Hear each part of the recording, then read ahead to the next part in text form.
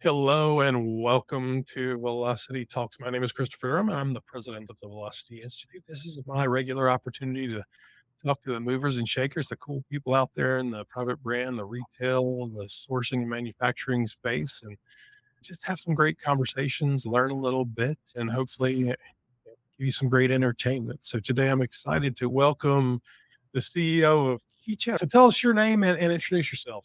I'm Oisin Hanrahan. I'm the co-founder and CEO of Keychain. It's good to be here, Chris. Thanks so much for taking the time to have a quick chat. Absolutely. So we always like to start out and just learn a little bit about you. So, give us a little on the background. Sure, happy to do it. As my name would probably suggest, I'm not from here. I'm from Ireland. So I grew up just outside of Dublin, and I moved to the U.S. I started my career in real estate and spent a little bit of time in venture, and then moved to the U.S. to go to business school. And I dropped out of business school to start a little company called Handy. And Handy was or is Uber. It's like Uber for handymen and cleaners. Yeah. I built that business for 6 years and ultimately sold it to Angie's List. And then Small company. yeah, so a little company that does some cleaning and home services, I think.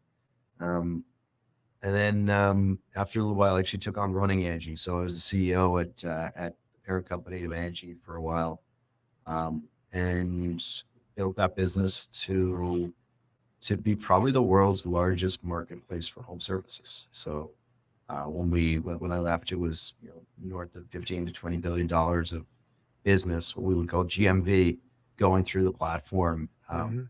in a single year. And it was 250,000 plus contractors, 7,000 employees. And I at the end of 22, I left after 12 years in home services, and took a little break and decided to start another business. And that turned out to be Keychain. Well, cool. So talk to us about that journey to get to Keychain and tell us what is a keychain?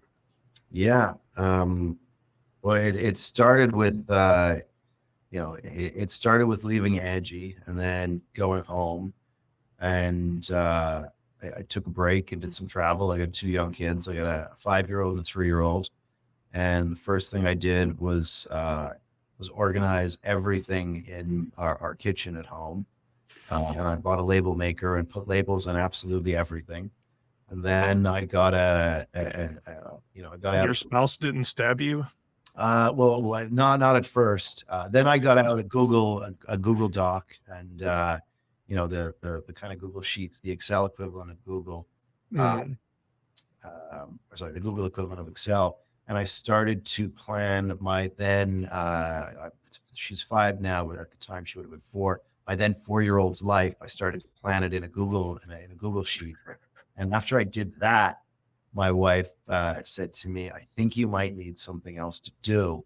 Um, and I said, "What do you mean?" She said, "Well, I think if you don't find something else to do, this is going to end poorly for us."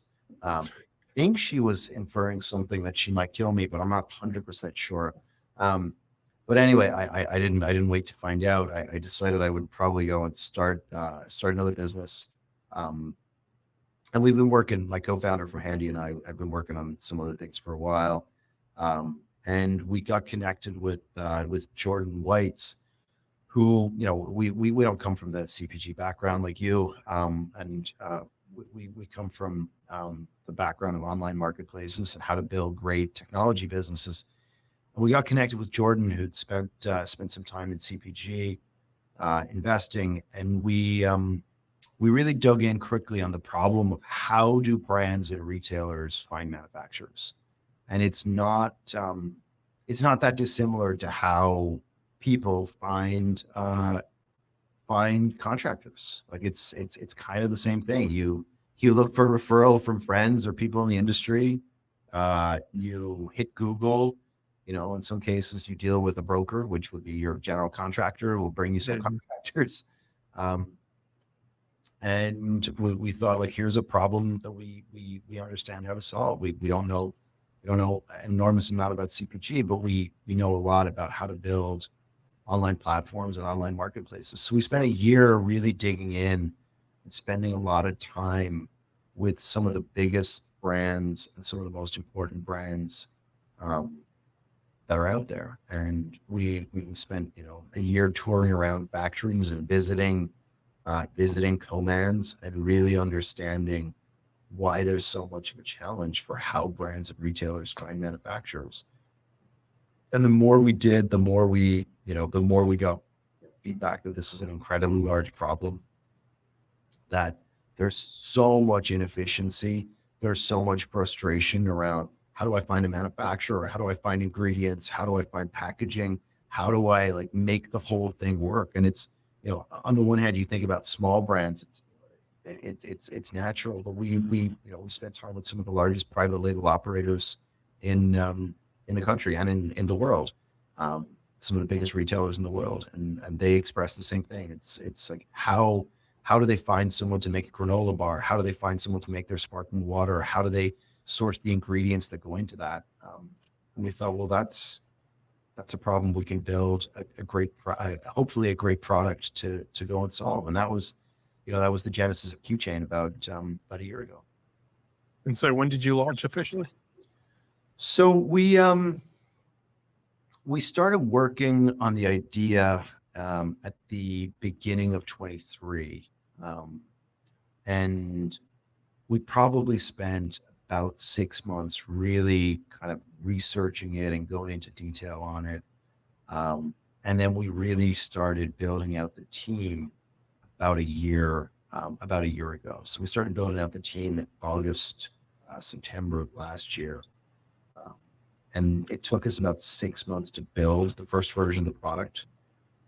So we really dug in and we built probably the best data asset on manufacturers anywhere in the world, where we've researched over 20,000 US food and beverage manufacturers, and we've collected hundreds of thousands of data points on those manufacturers. And then we've indexed about 1 million consumer products in food and beverage. So you can go to Keychain today and search any one of the 1 million plus products, whether it's a granola bar, a Kind bar, a Chobani yogurt, a sparkling beverage, a hot water, and we'll show you in real time, right there, we'll show you who can make that product. And that's a pretty magical experience to be able to say, hey, I can literally type in any product I want and we'll show you where that product can be made. And that's what we launched in February this year. So it took us about 6 months to build it. And it was kind of the first version. So we're, today it's, I guess, the middle of August. So it's about 6 months ago now that we launched the product. And it's been pretty well received. So, in the first 6 months, we've had, we've had pretty significant use. Like we've had over 10,000 brands and retailers use the product. And that's, I think, really better than we expected. And they've posted and researched about $500 million of projects. So Yep. It's $500 million of projects that have come through Keychain to our manufacturers, where we connected them with our exclusive partners, our exclusive manufacturers, and our other partners over the last 6 months. So we're very excited about how the whole thing's gone, and I think we're now getting excited about scaling it up. So I think to have that sort of volume go through the platform in the first 6 months has been really it's been really rewarding to see. And the team is really happy with the feedback. Obviously, there's a lot of work we can do. So there's a lot of things we can build. There's a lot of additional features and a lot of depth that people are looking for in the data that we're still working on building out. But I think for the first 6 months, we're super happy with the feedback, and glad that we can help contribute to the industry. Oh, so it sounds like you did sort of the classic disruptor thing, right? You recognized a problem that was painful and expensive, and you said, how can we fix it? faster, smarter, cheaper, whatever, and you build software to do it. Yeah, I mean, when you say it like that, it sounds easy. I don't know why we No, didn't. nothing easy about it. No, no. Well, you describe it in such a way, Chris, that it sounds easy. Like, why does it not feel easy? Does it feel easy? Maybe I expected it to be. Well, I mean, so it's, I mean, because you're exactly right. I mean, I've been in this about 20 years, and I get phone calls all the day from people going, I need chocolate bars that are rainforest certified, blah, blah, blah, blah, whatever they need, right? Or, gosh, I don't want to go walk a trade show anymore and hope I luckily run into somebody and walk 50,000 steps. Right. So you're kind of finding that sweet spot in our digital world where you can do it. It makes a lot of sense. Yeah, I mean, And I know, we love trade shows. Like, I think trade shows are, I think trade shows are awesome. Like, I think they're a great place to deepen relationships. Like, I think that's, to me, the purpose of a trade show is to help people deepen their human connection. Like, they, you meet someone on Zoom, you feel like, you kind of know them, and you're like, okay, well, I'd love to meet that person in real life. I'd really love to see them, and I want to shake their hand. And we think that's an amazing purpose of a trade show, that you can deepen, a dozen, 2 dozen, 3 dozen, 4 dozen, I don't know, pick a number, X number of relationships in 24, 48, 36 hours. However, using a trade show to solve what we would call in tech world, we would say it's a structured data problem. It's like, who should meet who? Using a trade show to solve that problem, that's insane. Like, a spreadsheet and some smart people with some data can solve the question of which person should meet each person. Like, who should meet? Which company, whether it's booth B792 or booth C896, we should be able to do that. And you should spend your time at the trade show not aimlessly wandering the floor, not ambling through like random networking sessions, hoping you meet the guy or gal who wants to, make a double extruded bar, and, instead meeting someone who makes olive oil. Like, it's just a waste of everyone's time. And frankly, that's the opportunity for disruption. It's to make trade shows better. It's to make the time that people are spending at work more efficient. And it's to make it so it's less about helping, a trade show helping you discover who can make what, but instead the trade show is about, let me meet you and let me figure out if I like you. Can I trust you? Is there something, that you're doing that's special? Can we get along? Do I think you'd be a good person to work with? Do you have the right credential? Like, are you going to be the right manufacturer for me? And I think that's the opportunity. It's to take the structured data part and let the machines go and figure out. Well, it's those real world things that you can't do online, right? It's so let me build the depth of a relationship, or what I would layer on is give me the experience. So I can't taste something online. There's no way for me to do that. I can't, don't have me walk up to your table and go, well, I sell this. I could have got that online, dude. I don't need, right? Yeah. Let me taste it. Let me smell it. Let me see how it feels. Let me let me use the time, the incredibly, look, even if you spend 2 days at a trade show, like, what, you're going to be on the floor for probably max 6, maybe 8 hours a day. So you're going to have 12, maybe 16 hours, like, truly on the floor. Use every single one of those hours as efficiently as you can with the right people. And similarly, if you're at a trade show, if you're a manufacturer at a trade show and you're there to drive business, don't you want to know in advance, here are the companies that are in market right now? Don't you want to know in advance, here are the hot prospects that I should spend every minute trying to find and engage with and spend time with? And that's what we think Keychain can help power. It can make those moments so much more important. Well, so give me the nuts and bolts a little bit. So if I'm a retailer or a manufacturer and I'm going to Keychain, what am I going to see? What's the experience? How does it work? Yeah. Um, and I'm happy to talk through it. And the best way to experience it is to go to keychain.com and sign up. Yeah. So I have to say that, Of that's my course, absolutely. And I'm sure his whole team would be happy to walk you through everything, but high level, right? but it, the most important experience on Keychain for a brand or a retailer is the search box. And in the search box, you can type whatever you want. You can type, hop water and say, who can make a sparkling beverage? You can type granola bar. You can type literally any one of a million plus consumer products. And once you type that in, we will show you a set of search results of who can make that product.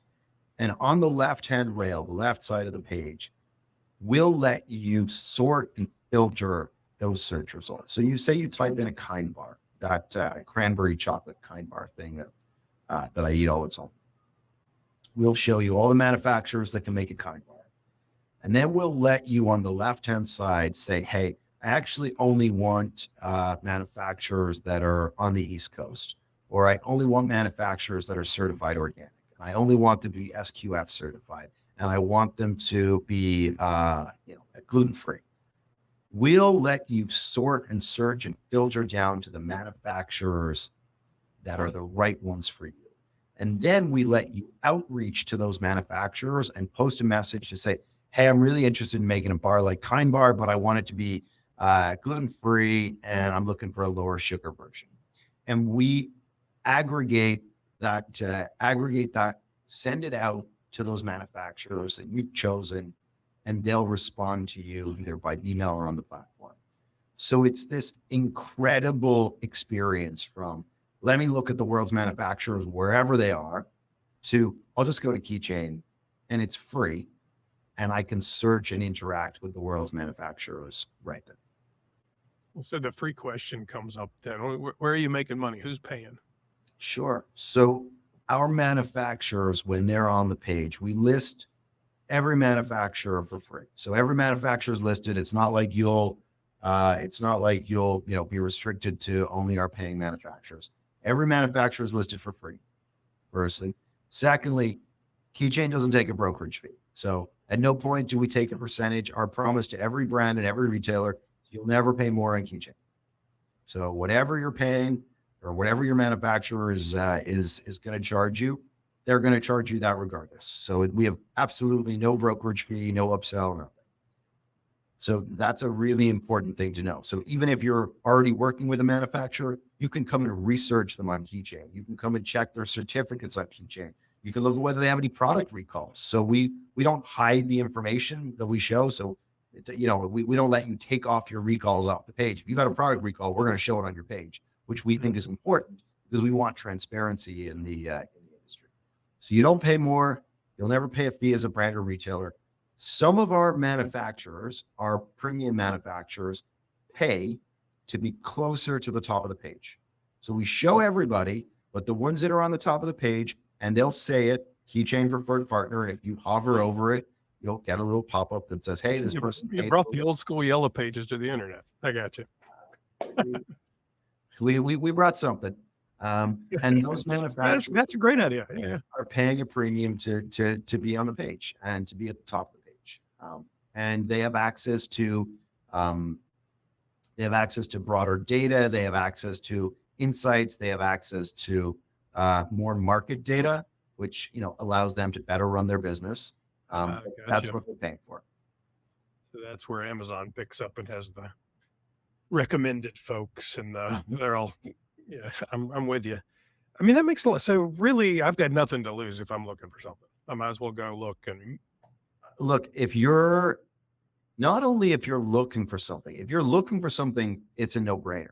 But if you're just researching your existing manufacturers, or you're just researching a manufacturer you're considering working with, you're also better off to go look at them on Keychain and just see what information we have about that manufacturer that you don't know. Like maybe you don't know they had a recall. Maybe you don't know that their certificates are going to be out of date soon. Maybe you don't know that there's like two or three other companies that you should consider as well. Maybe you think there's only one company that can do this. We'll show you similar manufacturers as well, which is like a simple way of saying, hey, let me look at this manufacturer. Actually, I didn't know there were two other companies that are also on the, in New Jersey that can also do this. Maybe I should talk to them as well. So as a brand or retailer, we really empower you to have a better insight into what the market, what the landscape looks like. And as a manufacturer, we really empower you to be in the flow and like know what's going on and know who's buying and know which brands are growing and know, who your potential future customers are.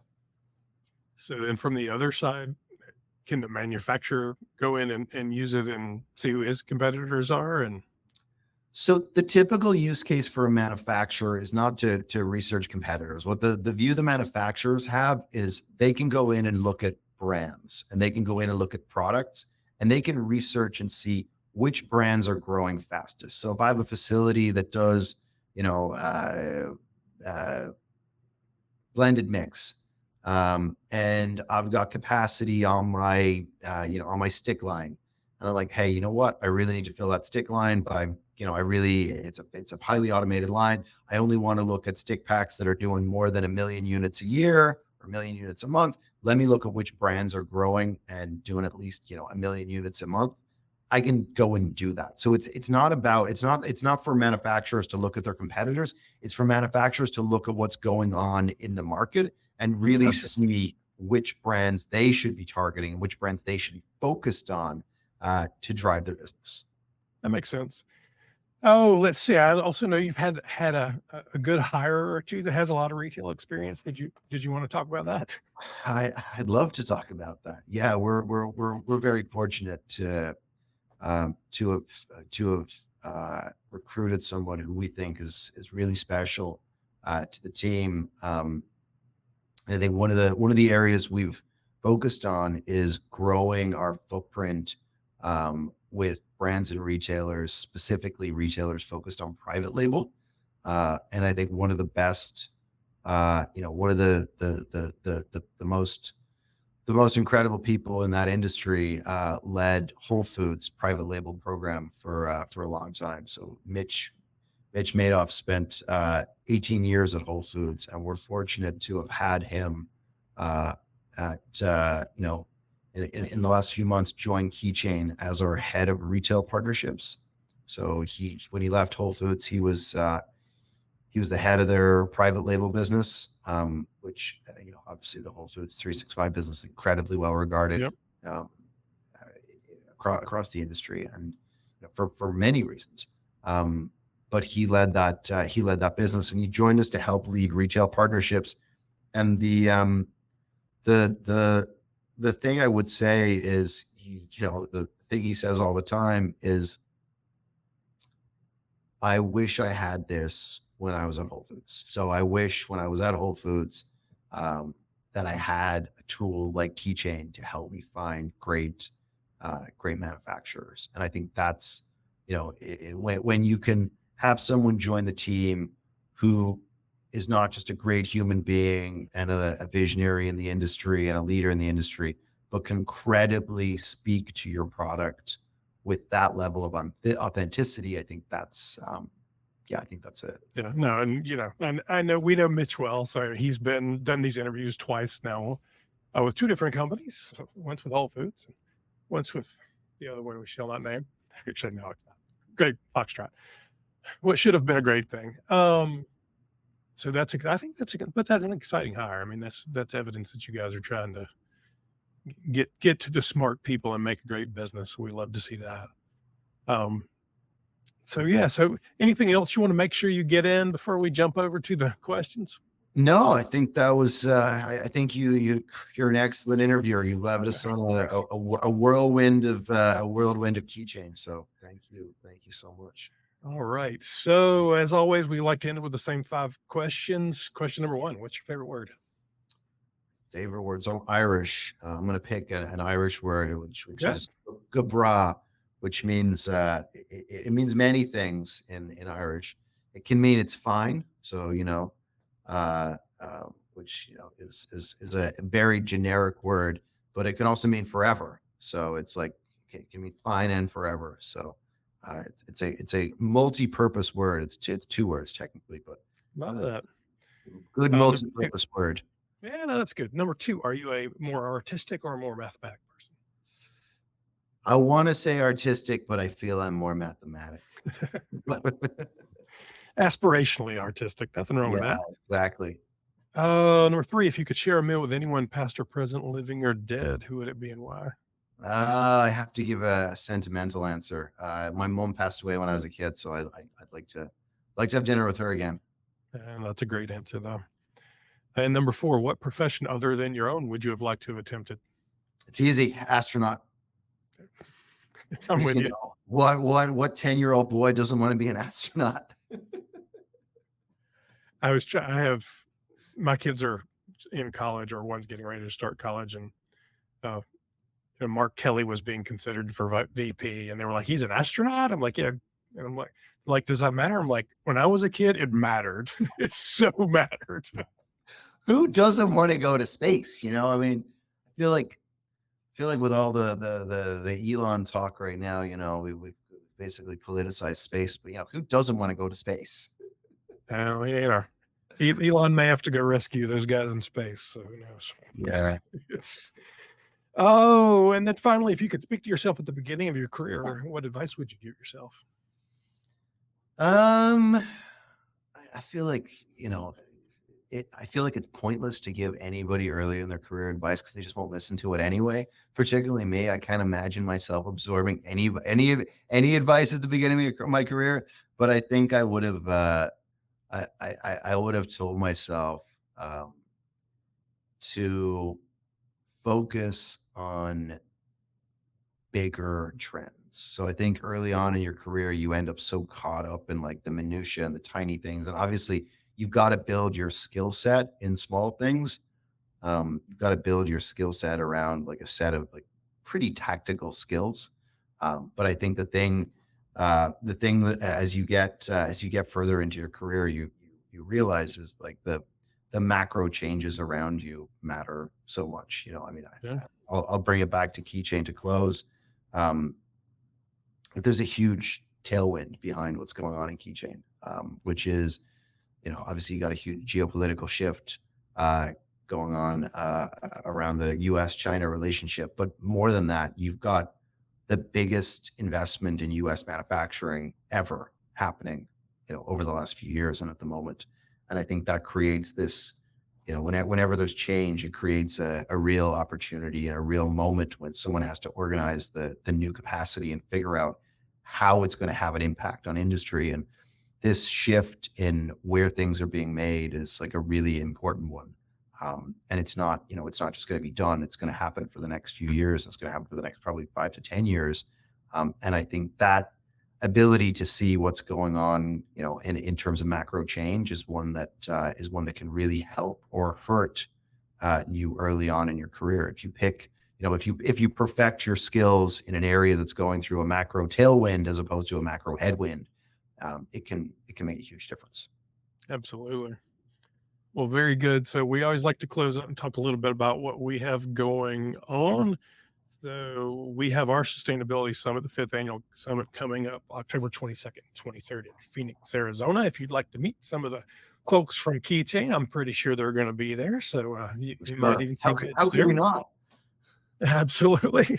So join us in October. Tickets are currently $7.99 a person on early bird special right now, and there's a great hotel on right now. So please make sure and join us. Sprouts will be keynoting the first day, and you won't want to miss that. And Walmart the second day. So should be pretty good with lots more announcements to come. So please join us. You can register at velocityinstitute.org.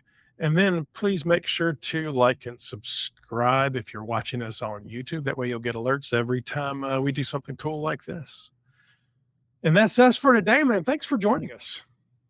Chris, thank you so much. You're an excellent host.